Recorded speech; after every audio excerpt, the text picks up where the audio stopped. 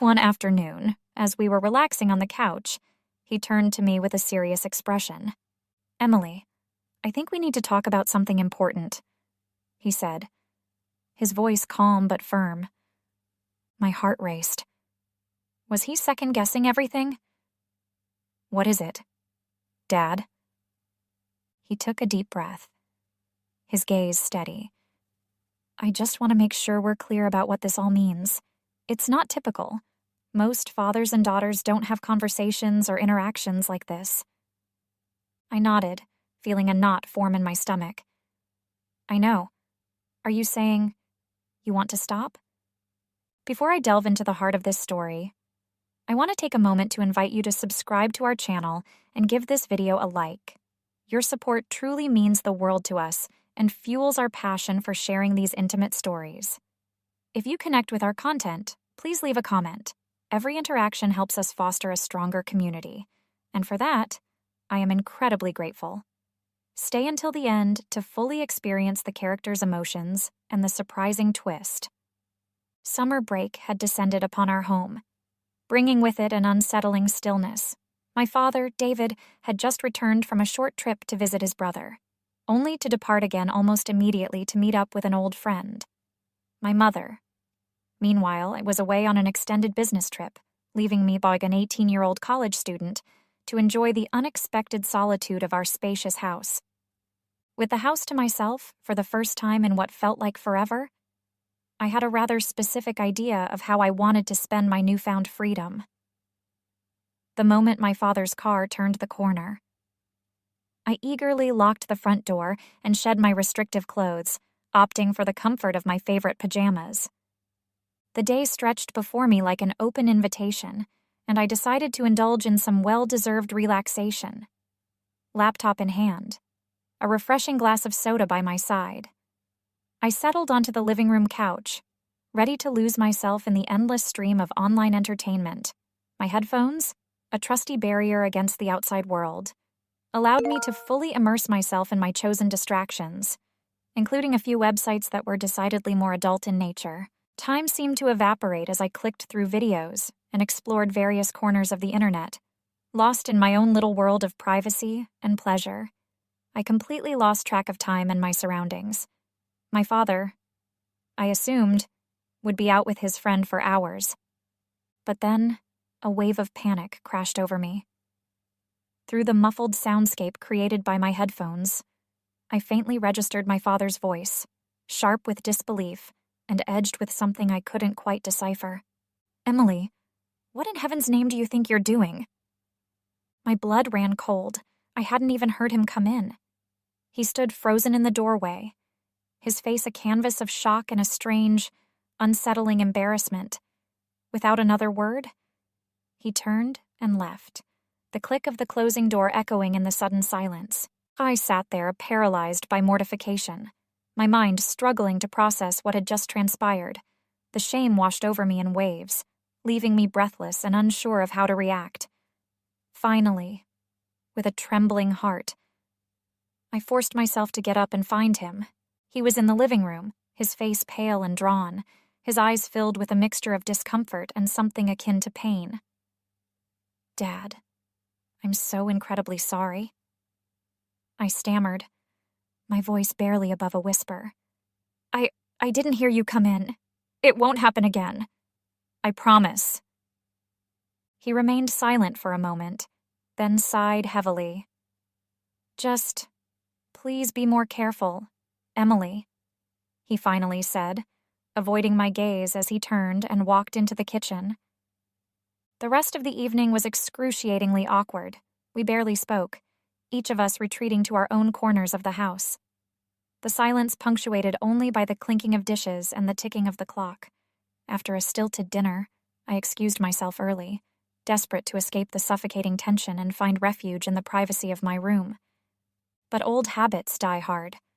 Despite the lingering embarrassment from earlier, I found myself drawn back to my usual routine.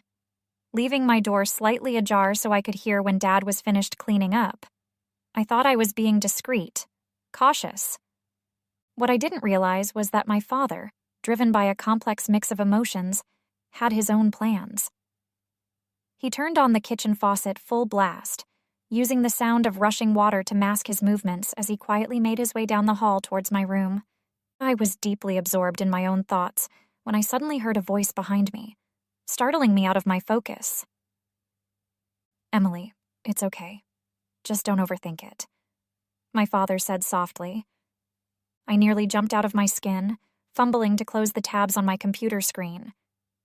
His unexpected presence and calm demeanor threw me off balance. He stepped further into the room, his gaze lingering briefly on the screen before meeting mine. "I wanted to apologize for earlier," he began, his voice tinged with hesitation. "I shouldn't have yelled. I overreacted." I blinked, unsure of how to respond. "Dad, I'm so sorry about all of this," I stammered. He raised a hand to stop me. "No, listen, at your age, it's normal to be curious," he said, his tone steady but strained, as though he was forcing himself to say the words. "You're young, and I get it." Embarrassed but wanting to be honest, I nodded. I just didn't think you'd be home so soon. It won't happen again. I promise." For a moment, he simply looked at me, as if trying to understand something deeper. "How often does this happen?" he asked, his tone now more inquisitive than judgmental. I froze, unsure of how to answer. After a pause, I muttered, A lot, I guess. Every day." He sighed, running a hand through his hair. "Emily, you're not doing anything wrong, but I can't give you privacy every single day just because of this. You'll need to figure out how to manage things when we're both in the house." The conversation left me stunned. I had no idea how to process the new dynamic. It felt like we had crossed an invisible line, stepping into a surreal realm where awkwardness and attempts at understanding collided. Days later, during dinner, he caught me off guard again. "So, have you taken care of yourself today?" I nearly choked on my food. "Dad, seriously?" He raised his hands defensively. "Hey, we said we'd be honest about this. No judgment." I guess," I muttered, staring at my plate, praying for the conversation to end. After dinner, I quickly retreated to my room, eager to escape the discomfort. But a few minutes later, he appeared in my doorway, his usual casual demeanor contrasting with the tension of the moment. "Emily, we need to stop treating this like some forbidden thing," he said firmly. "Let's just talk about it openly. Okay?" "Dad, please. I don't think—" "No, hear me out," he interrupted. "Avoiding it is only making things more awkward." His attempt at breaking the tension was well-meaning, but the situation only became more surreal. He sat down, and the evening took a strange, unexpected turn as we struggled to find normalcy in the midst of an extraordinary conversation. The next morning, I woke up feeling as if I were trapped in a dream. The events of the previous day swirled in my mind. Had all of that really happened? Had my father really tried to address something so personal in such an unorthodox way? The situation felt absurd, yet there was an undeniable tension in the air. As I sat at my computer later that day, still trying to make sense of it all, I heard the sound of my father returning from a grocery run. His footsteps in the hallway prompted me to close my tabs and pretend to be busy with something innocuous. He peeked into my room, carrying a faint smile. "Hey, lunch will be ready soon," he said casually, as though everything was perfectly normal. I nodded, unsure of how to respond. "Okay, I'll be there in a minute." Lunch was quiet and uneventful, but there was a lingering awkwardness between us. To break the silence, I asked, "Have you heard from Mom? Any idea when she might be coming home?" A shadow crossed his face. "Her trip's been extended?" he replied, his voice tinged with frustration. I miss her. That single sentence seemed to open a crack in his usually composed demeanor, and I realized just how much he was carrying. Despite the strange new dynamic between us, there was still an underlying tension, a shared awareness that things had shifted. The afternoon passed in relative normalcy. We talked a little more than usual, managing to share a few jokes and lighthearted moments. By evening, we decided to sit down together and watch a couple of episodes of Game of Thrones. It was a small attempt at reclaiming some normalcy in our routine. Later that night, as the house fell silent, I wandered into the living room. The TV beckoned me, and I decided to unwind by watching a movie. I flipped through the options, landing on something familiar and comforting. As the screen flickered to life, I felt a strange sense of freedom, yet also a nagging awareness of the day's earlier events. The living room, once a space of shared family moments, now felt like a stage for something more complex. It was nearly midnight when I finally turned off the TV and headed to bed, my thoughts still tangled. The boundaries of our relationship had been tested, stretched in ways I didn't fully understand. And as much as I tried to push it all to the back of my mind, I knew this was only the beginning of an unspoken shift between us. I had just settled into the couch, scrolling through the movie selections, when my dad emerged from his room. It was almost uncanny, as if he had some sixth sense for these things. "Oh, decided to watch out here tonight?" he asked, sitting down beside me without waiting for an invitation. I shrugged. "Yeah, I wanted a change of scenery." "Next time, call me. I like watching stuff with you," he said, his tone surprisingly casual. "What, always?" I asked, raising an eyebrow. He nodded with a chuckle. "Well, when I'm home, yeah, it's more fun together." I wasn't sure how to respond, so I focused on the TV. After a moment of silence, he glanced at the screen. "Do you like her? That actress?" I hesitated, but nodded. "Yeah, she's great. She was in that movie we watched yesterday. Can you believe she's 47? She looks amazing." 10 years younger than me, Dad said with a grin. "But yeah, she does look great." "Must work out a lot," I added, trying to keep the conversation light. He laughed. "Is that a hint? Should I hit the gym too?" I couldn't help but grin. "Maybe just a little?" I teased, relieved that we could joke about something so trivial after the strange dynamics of the past few days. Suddenly, Dad stood up. "Where are you going?" I called after him. "Hang on," he said, disappearing down the hallway. "I've got something for you. Totally forgot about it." A moment later, he returned, his hands behind his back, his expression playful. "Guess which hand?" he teased. "Right," I said, playing along. He smiled, pleased with my response, and handed me a small package wrapped in a plain black bag. I raised an eyebrow. Curiosity piqued as I began to open it. "What's this?" "I thought you might find it useful," he explained with a sheepish grin. "I don't know. Never used them myself," Dad said with a chuckle as I pulled out the gift. Inside the sleek black bag was a pair of high-quality headphones. I looked up at him, surprised, catching the satisfied grin on his face. "Do you like them, Emily?" "Wow. Yeah. Dad. These are amazing." "Thank you," I managed, genuinely touched by the gesture.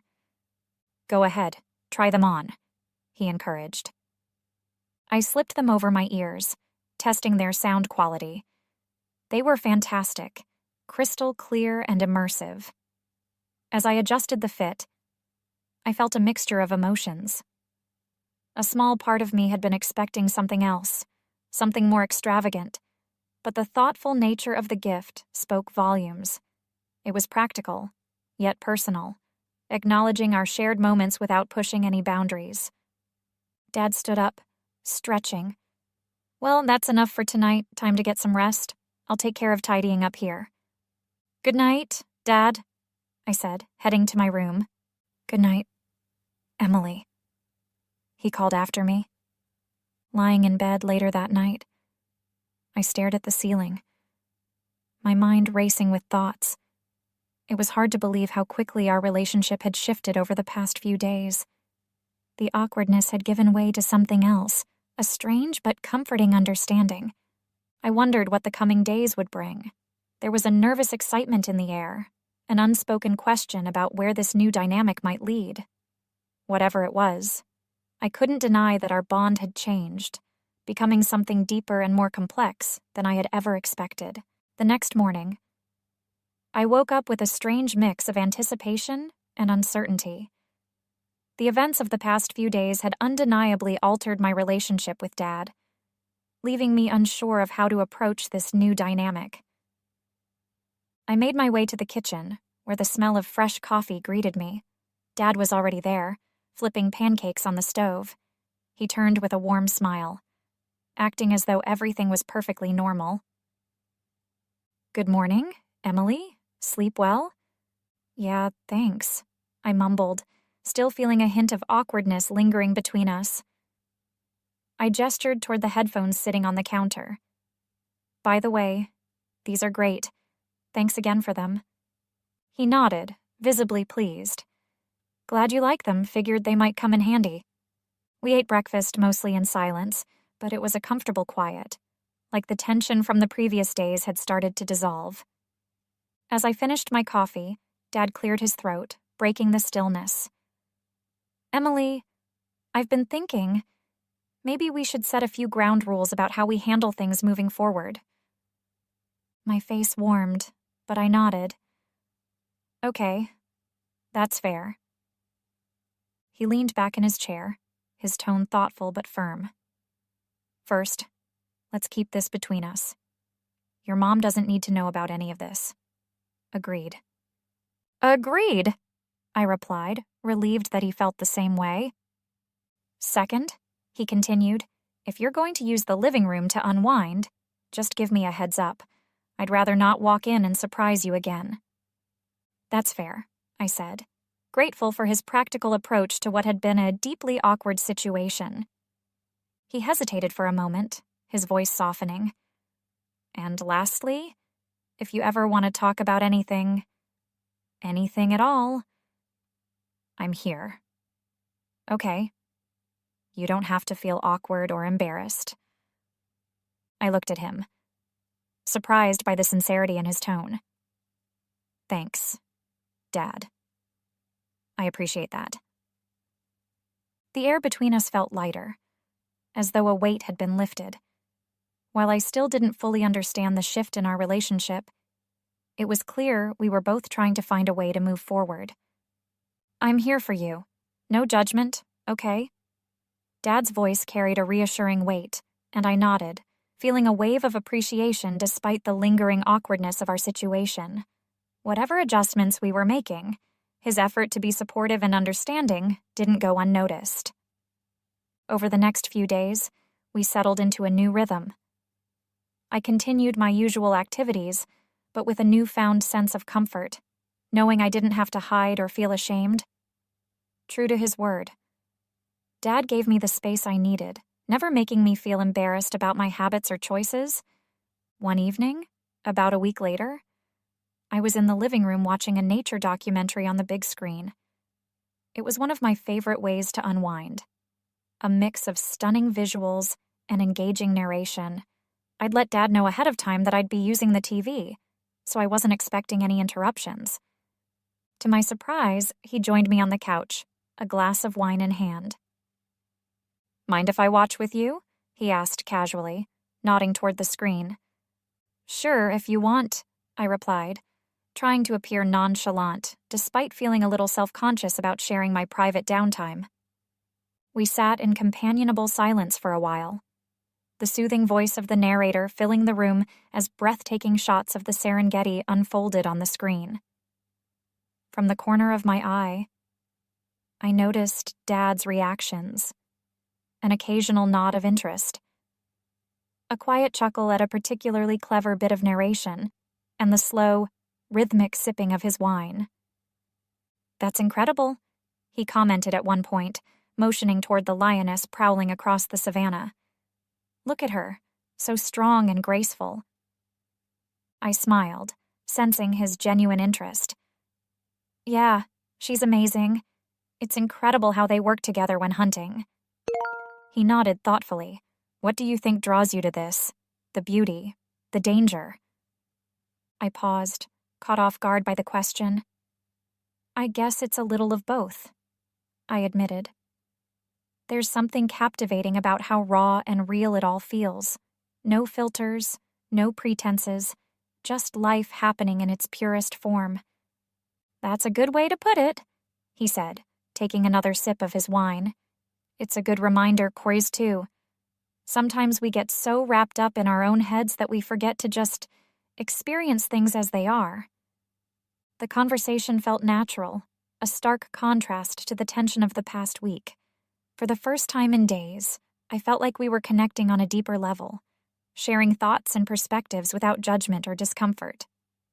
As the documentary continued, I found myself relaxing more, grateful for this unexpected moment of bonding. Whatever challenges the past week had brought, it felt like we were finally starting to find our way forward, together. I hesitated, unsure how to answer. Well, I guess I like her confidence and, her style," I said, choosing my words carefully. Dad chuckled, sipping his wine. "I can see that. You know, I used to have a lot of confidence in my style, too. Back when I was younger." I glanced at him, surprised by his candor. "You still look great, Dad," I said, feeling a bit awkward complimenting him in this context. He smiled, clearly pleased by the remark. "Thanks, Emily. That's sweet of you to say." As the video played on, I found myself increasingly distracted, not by the content on the screen, but by the strange sense of openness we were sharing. The new dynamic between us was both unsettling and oddly freeing, though I wasn't entirely sure how to navigate it, sensing my unease. Dad leaned back and said, "Hey, remember, no pressure. If there's ever anything you want to talk about, I'm here." His tone was reassuring, but the moment felt surreal. "Thanks, Dad," I muttered, glancing at him. He nodded. "Look, everyone has their own way of finding confidence and relaxing. The important thing is not to let it make you feel ashamed or self-conscious." I shifted uncomfortably on the couch, trying to process his words. This whole experience, this new understanding between us, was unlike anything I'd expected. But at the same time, it wasn't as uncomfortable as I had feared. As we sat there, Dad offered a few pieces of advice, not in a patronizing way, but in a genuine effort to be helpful. His voice was calm, his manner encouraging. "You don't have to rush anything in life," he said. "Sometimes slowing down and just understanding what makes you happy can be the best thing you can do for yourself." I nodded, taking in his words. While the situation still felt unconventional, there was no denying that his intent came from a place of care.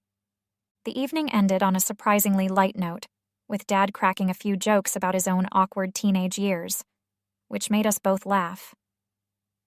As I headed to bed that night, I realized that, strange as it was, our relationship had shifted into a new realm of honesty, one that, while unconventional, seemed rooted in mutual respect and understanding. With a muffled sigh, I leaned back on the couch, feeling a sense of relief and calm after our candid conversation.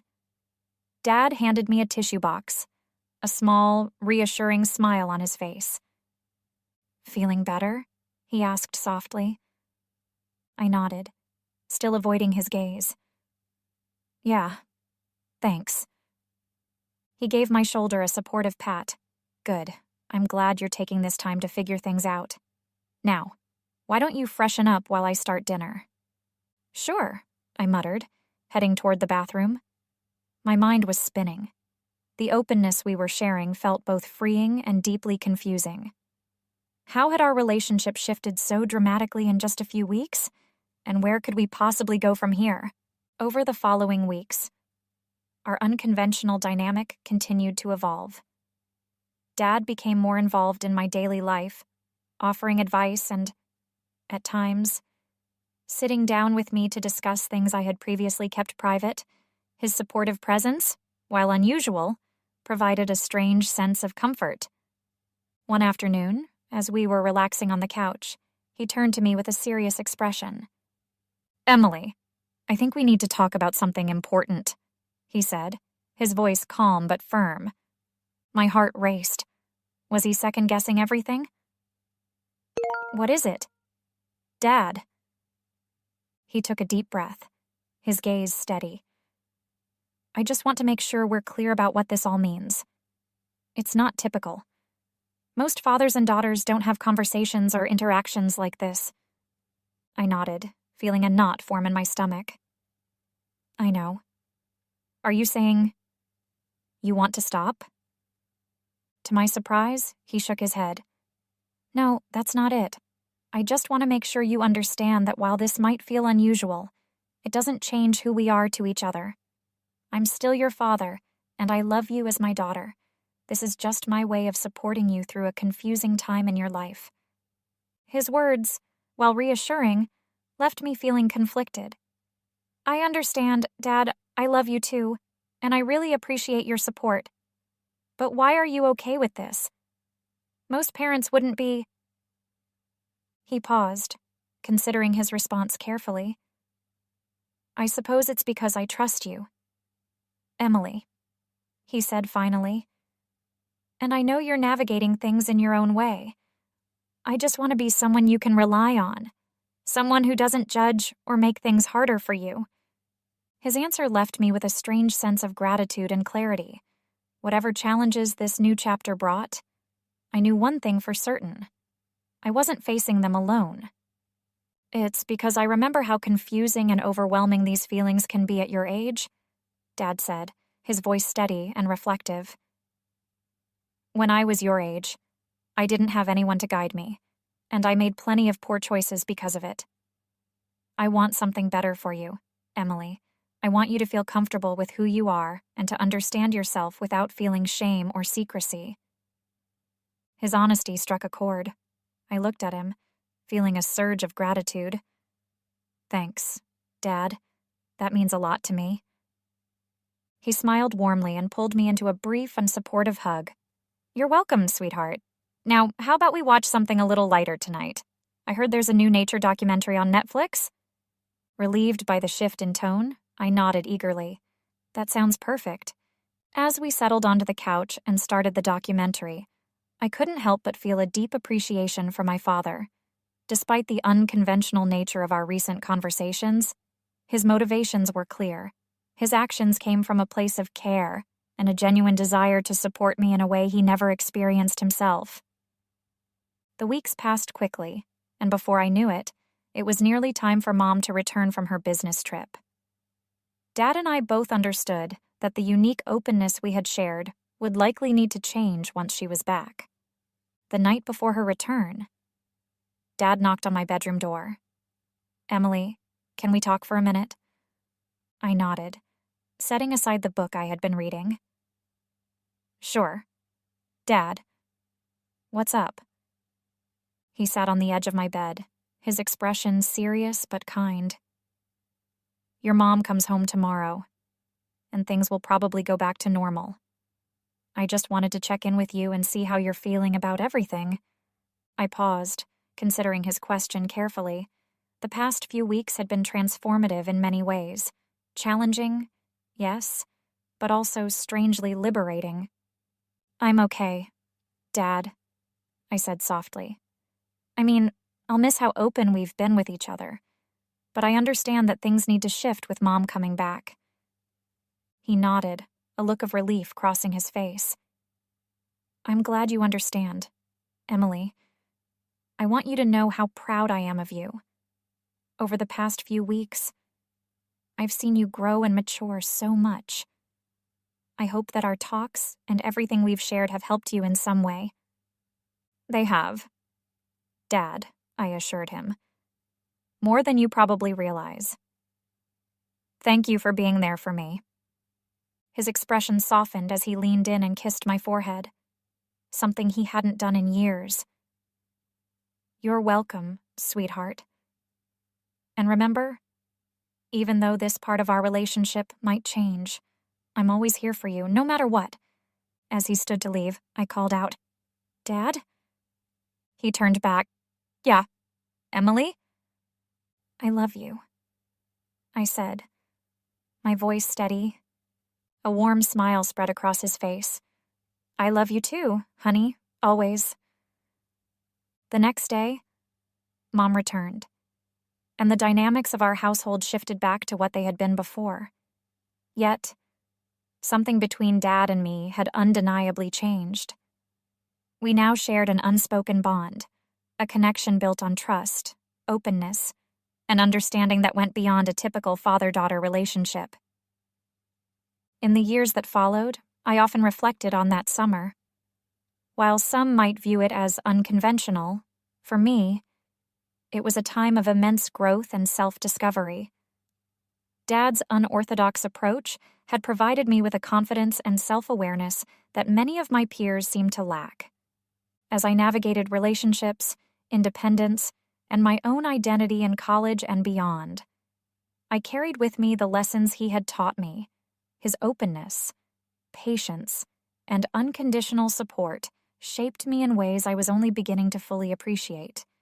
Though we never spoke directly about that summer again, it remained a quiet chapter in our shared history, a moment in time that brought us closer while teaching invaluable lessons about love, trust, and self-acceptance. Looking back, I realized that what might have seemed unusual to others had been, for us, a profound expression of a father's love and a daughter's trust. It was a summer that changed everything, yet in its own way changed nothing at all.